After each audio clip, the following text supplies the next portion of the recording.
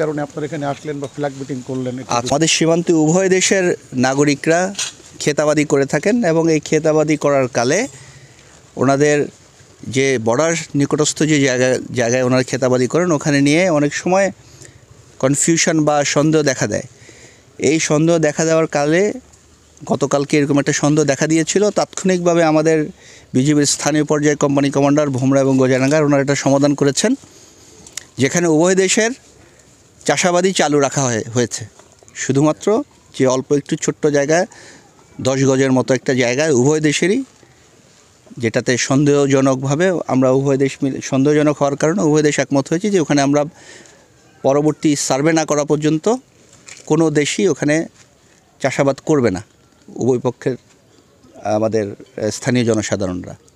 So আজকে ওই বিষয়ে আমাদের ব্যাটালিয়ন কমান্ডার পর্যায়ে কথা হলো এবং আমরাও একমত হলাম যে একই কথা যেটা গতকালকে আমরা ঐক্যমত্যে পৌঁছেছি, যে এখানে উভয় দেশের নাগরিকই আপাতত 15 তারিখে আমাদের এটাতে জয়েন্ট সার্ভে হবে উভয় দেশের সার্ভেয়ারদের উপস্থিতিতে। ঠিক আছে, 15 তারিখে এই আজকে 12 তারিখ, 3 দিন পরে সার্ভে হবে। ওইখানে যেটা সিদ্ধান্ত হবে, এবং আপাতত আমরা যেটা বুঝতেছি এখানে 2টা প্যাচ আছে, যেখানে একটা ভারতের একটা বাংলাদেশের। এটা আমরা 15 তারিখে যখন সার্ভে করব এটাই এস্টাবলিশ হবে 15 তারিখে, এটাই, আর কিছু না।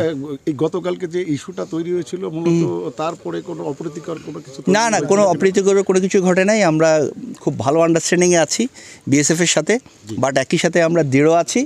আমাদের শুধু এখানে না, বিজিবির সীমান্তের বাংলাদেশের সাথে ভারত এবং মিয়ানমারের সীমান্তের সর্ব জায়গায় বিজিবি বাংলাদেশের ভূখণ্ড আমাদের অখণ্ডতার রক্ষার জন্য সর্বদা বদ্ধপরিকর, এবং এই অনুযায়ী আমরা ব্যবস্থা গ্রহণ করছি।